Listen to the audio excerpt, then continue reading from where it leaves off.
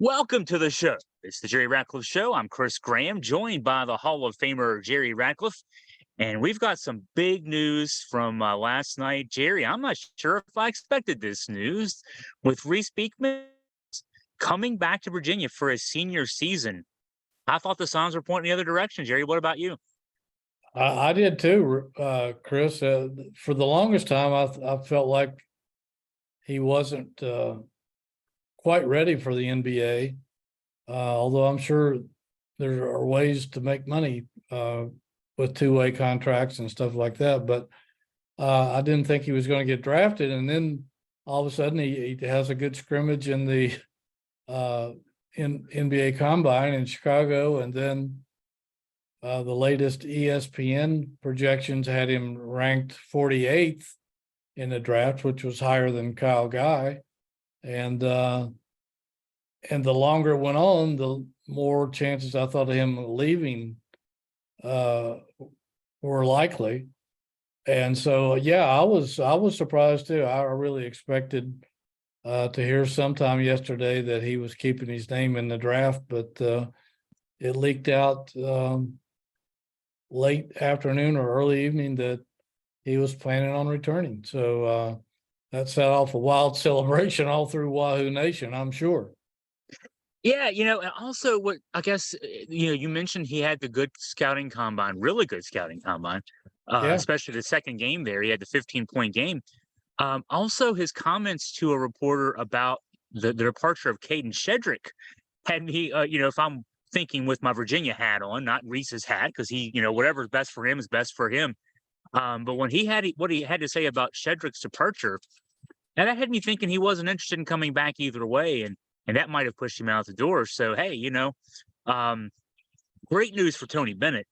What are your thoughts now that I guess we feel like we probably have the roster for 2023, 2024 set, with Beekman back in the fold?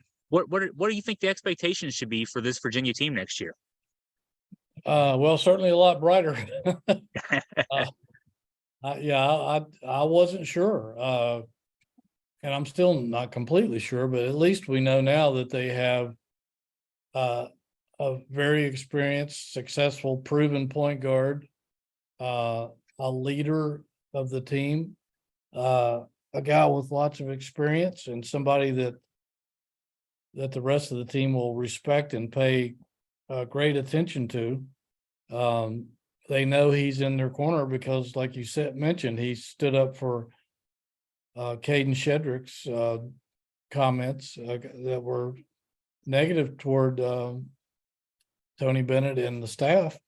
And so it shows that Beekman's not afraid to speak his mind and be a leader. And I think that's what a team needs. And I think that's what this coming year's team desperately needs. If you look at the roster, the only other guy on there, I think, who seemed to be a natural guy into a leadership role, I think would be Isaac McNeely, even though he's just going to be a sophomore. But his personality just beams leadership to me. He's the kind of guy that I think you could follow, and it's very positive, very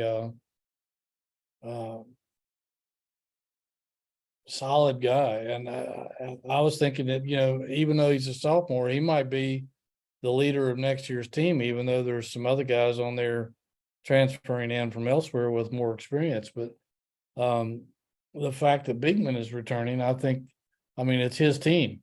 There's no question about that. And I think they're going to need that because they do have so many new faces, either freshmen or transfers, that need to bond together and come together as a team.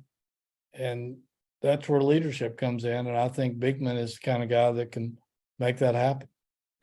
P.A. Clark this time last year, it was a little bit sooner than this time last year, but around the same time, made his announcement that he was coming back for his fifth season. And obviously played really well for Virginia, had 10.7 points a game, 5.4 assists per game.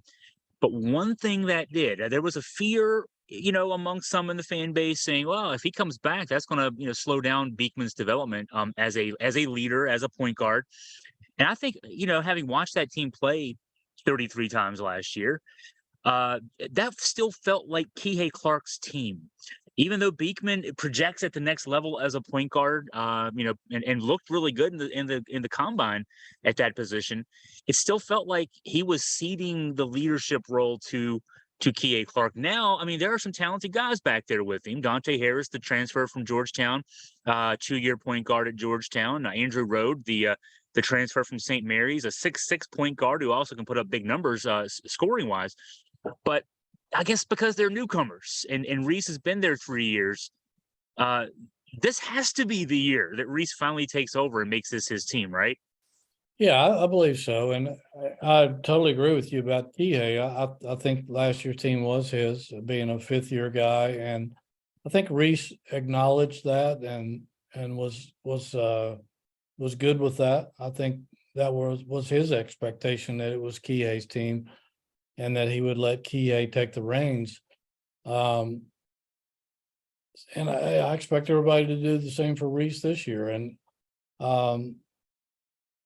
not only do we know what a great defensive player he is, being the ACC Defensive Player of the Year, probably should have been the National Defensive Player of the Year if they have one. I think they do. And but the rest of his game I think is going to take a step forward this coming year. He's really good in assists and passing already, but I think the fact that I think his scoring totals and his shooting numbers will rise as we progress through the season this coming year. And you need a guy like that in control of your team.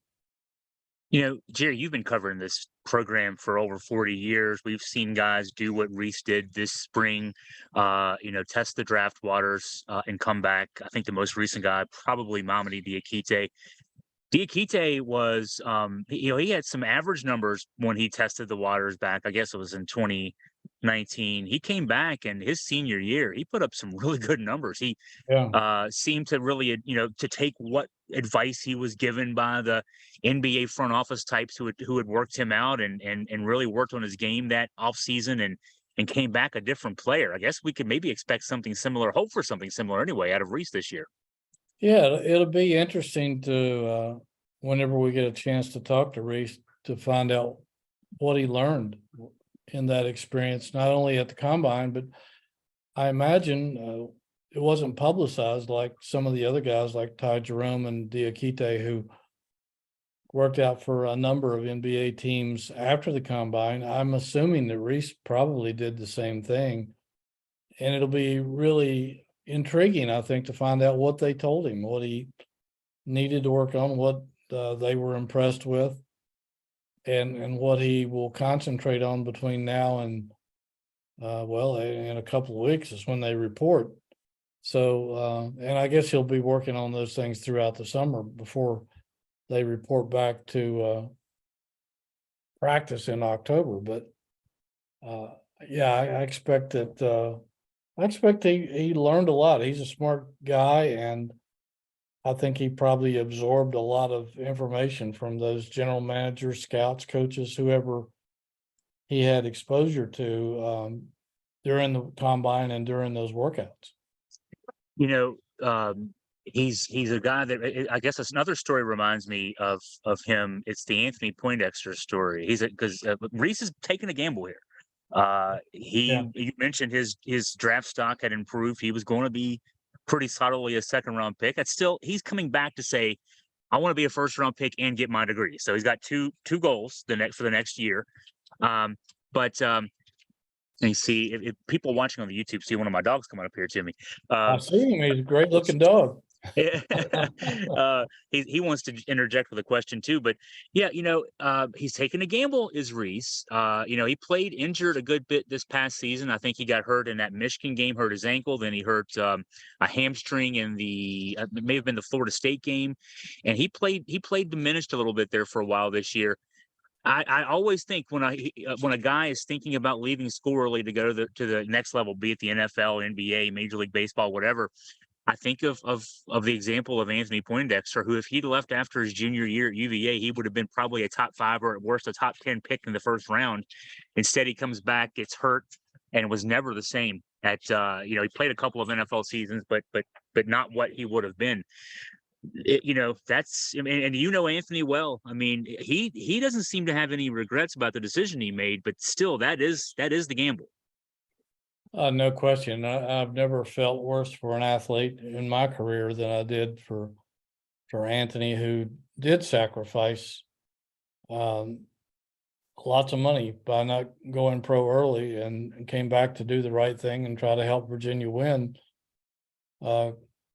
Coming back after a really good season. And to me, he was the college equivalent of Ronnie Lott, and the way he would sacrifice his body to shut people down. And I've never seen anybody hit any harder than Dex did. And I've never criticized an athlete since then for turning pro early. I might not have agreed with their decision, but I've never criticized him because you keep that in mind. And he came back, and of course his knee was torn all to pieces, and he never was quite the same after that. I'm sure he would have grown into becoming an NFL All-Star had he remained unharmed. So, but yeah, that it is a risk. I doubt that basketball is quite as much of a risk as what Anthony was exposed to, but you can still get hurt, and you can still get hurt pretty badly. You can get a shoulder or a knee or an ankle to get messed up. Not that hard to do. You just fall on it the wrong way. But yeah, it's a bit of a sacrifice, but I think it's also an investment on his part. I read a quote, I guess the only quote I saw from him out of this was that he said he does want to come back and improve and become a first round pick next year, which I think he can do that. And I think all it's going to take is to focus a little bit more on his shot and his ability to attack the basket. I quantified it in a column I wrote for Augusta Free Press after the news last night. If he's a second round pick but doesn't make an NBA roster, and he's a G League player, a full-time G League player, makes about $70,000 a year, about $10,000 a month for the season. If he gets a two-way deal, that's $500,000 for the season. If you're a first-round pick, though, even the 30th pick in the draft last year, signed a guaranteed 4-year deal with a 5th-year option. The 4 years guaranteed that player $9.2 million. That's a big departure from $70,000 a year or even $500,000 a year. So that's if you're the last pick. Reese, early in the season, after he had that great run before he got hurt in the Michigan game, there was a lot of talk about Reese being a potential mid to late first round pick. And I mean, the sky could have been the limit for him in that respect. So yeah, I think he's an NBA talent in the making. I think with this team being definitely his team, he's not sharing the leadership role or even ceding the leadership role to a guy like Kihei Clark. I think the confidence he's got to have coming out of the combine, playing so well there in a leadership role with other players of his ability level. I would expect he comes back a different player. And so yeah, if he can stay healthy, he's a potential first rounder. I guess I asked this earlier, and I'll ask again now that we've kind of gone full circle on this. This Virginia team, a lot of fans felt like this was an underachieving team, even though they won 25 games, spent most of the season in the top 10. Once again, won at least a share of the ACC regular season title. I'm thinking with what Tony and staff did to bring in guys off the transfer portal to replace the guys that were lost, bringing Reese back now, I think this team has a really high ceiling next season. What do you think? Yeah, I think so. If they can find the chemistry and everybody accepts their roles, because I mean, there's a lot of guys on here who can play. Tony's again faced with 10 or 11 guys who can play. So, I don't know how he's going to break up that playing time. We know he likes to play 7 or 8. maybe as many as 9, at least early on. You got some guys on here who are used to getting some significant minutes. I don't know if that means not necessarily a lot of playing time for the incoming freshmen or not. With Blake Buchanan at 6'10", they're probably going to have to use him just because of his size. Elijah Gertrude, 6'3", who's probably the most athletic guy on the entire team. I don't know. It's a good question. I mean, who are you going to play? Are you going to bring them in like hockey lines, the blue line or whatever, and bring in a wave of new players? But I think this team has a lot of potential, Chris, because you look at the guys Dante Harris apparently was a pretty talented guy at Georgetown, even though Patrick Ewing apparently didn't know how to use him. And then you've got McNeely, who I think is going to tear it up this year. I think he's going to be strong. Ryan Dunn, they're already talking about him being a possible first-round draft choice next year, even though we haven't seen that much of him. I saw some video of Leon Bond, and even though he redshirted last year, he looks like a stud. So I'm sure he's going to contribute. And then you've got these other guys that have been successful elsewhere. Jacob Groves from Oklahoma. He can apparently score, even though he had a slump late in the season. He tore it up in the early season. Anthony Robinson, a 6'10" guy, mobile. Jordan Minor. Andrew, is it Rode or Rhodey? I'm not sure. I've heard both. Yeah. I mean, he led all freshmen in the whole nation in scoring last year, so we know he can shoot it as a 6'6" guard. And Payne Murray returns with a little bit of experience. And you've got, like you said, Gertrude and Buchanan, who are trying to make their way and make some impressions to get playing time as freshmen. Tony's going to have a lot of decisions to make on how to break up playing time. I'm sure he's going to let some of them make those decisions for him in preseason and early season basketball against some of the cupcake teams that they play. But I think they do have a high ceiling, Chris. If everybody can pick up where they left off from wherever they came from and develop as a team and bond as a team, they could be better than last year.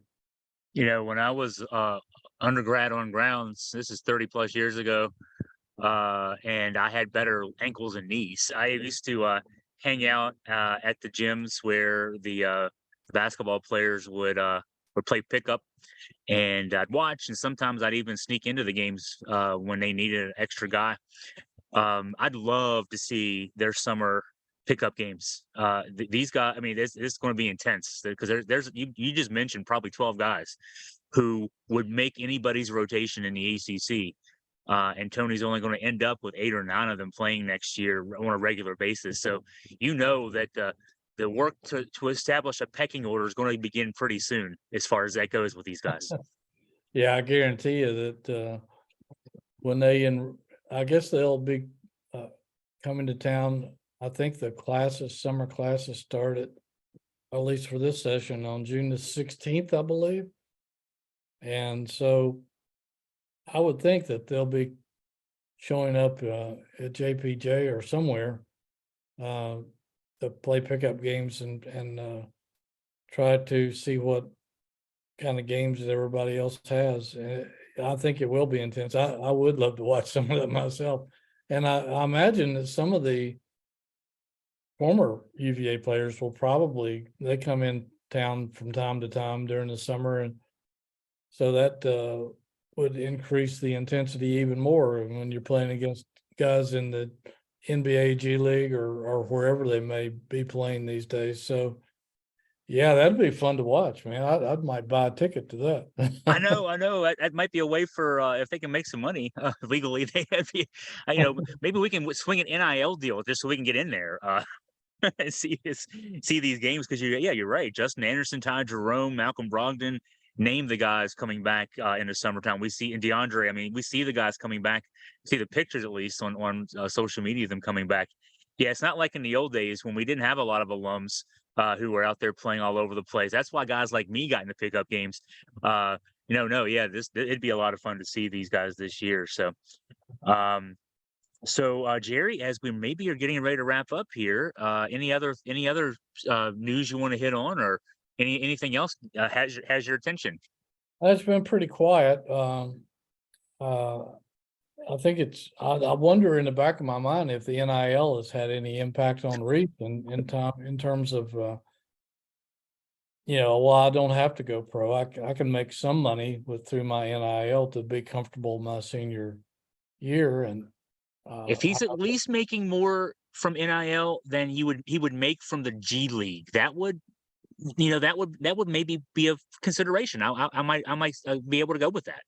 Yeah, it's something that was in the back of my mind. There's Yeah. rumors out there that UVA has been shifting around money to increase his NIL package. I don't know if there's any validity to that or not. I haven't run into anybody that can answer that question in the last 24 hours. But if they can just give him a decent NIL package, which I think they can do, it's probably enough to have a comfortable senior year and, not have to worry about going out and getting a burger or buying a snazzy new shirt or going to the movies or going on a date or whatever a kid might want to do these days. We've seen that have a role in things like the Armando Bacot.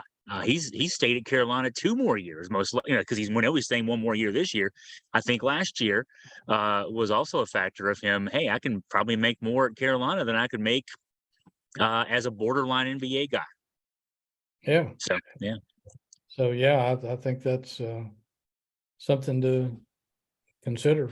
And Zach Edey's heading back to Purdue for another year, and he was a draft pick, at least on the mock drafts, around the same area Beekman was. So there's another guy who maybe is being impacted that way positively for the schools. There's a bunch of players that have returned to the ACC, like Nigel Pack and the kid that was at Syracuse and now is at Clemson. Joe Girard.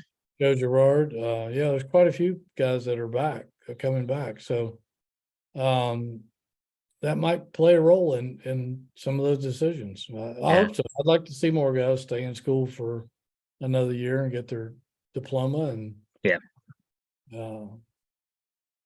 I'm glad Reese mentioned that in his statement.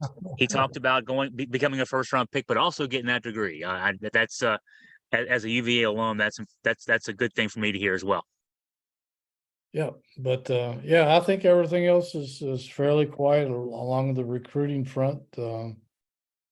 Probably won't stay that way,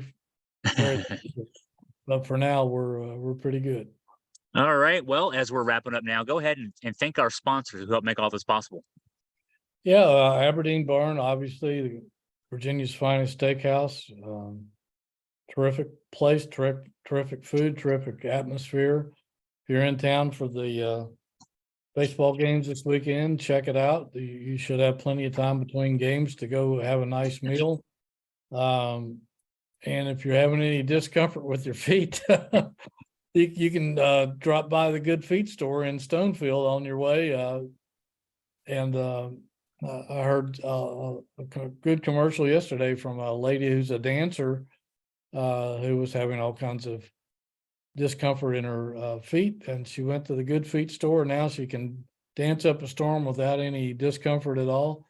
Even if you don't have discomfort, they can improve your ability to walk. Just makes it feel like you're walking on pillows. Jerry, I said this last week because your sales pitch last week was Jaden Gardner in a commercial. So now you're giving me a ballerina, and I've started running again, and I'm having some issues. So I just haven't gotten over there. I got to get over to the Good Feet store. I want to feel what it's like to run on air. That's what Jaden said last week, right? Yeah, he did. He said it's like running on pillows. And that's what I need, man. That's always a great feeling, right? So thanks to those two great sponsors. We appreciate them. And please go by and tell them that Hootie and Chris sent you. So and Chris, tell them that I sent you when you go in there. I'll tell them that, and and tell them, and if you see us over at Aberdeen, you'll know what we're getting into there as well. Well, Jerry, the Hall of Famer, as always, great talking with you. For our listeners and viewers out there, the viewers on YouTube, it's great chatting with you guys as well. Go to jerryratcliffe.com, AugustaFreeBreast.com for the latest on Virginia athletics. For Jerry, I'm Chris signing off. Everyone have a great week.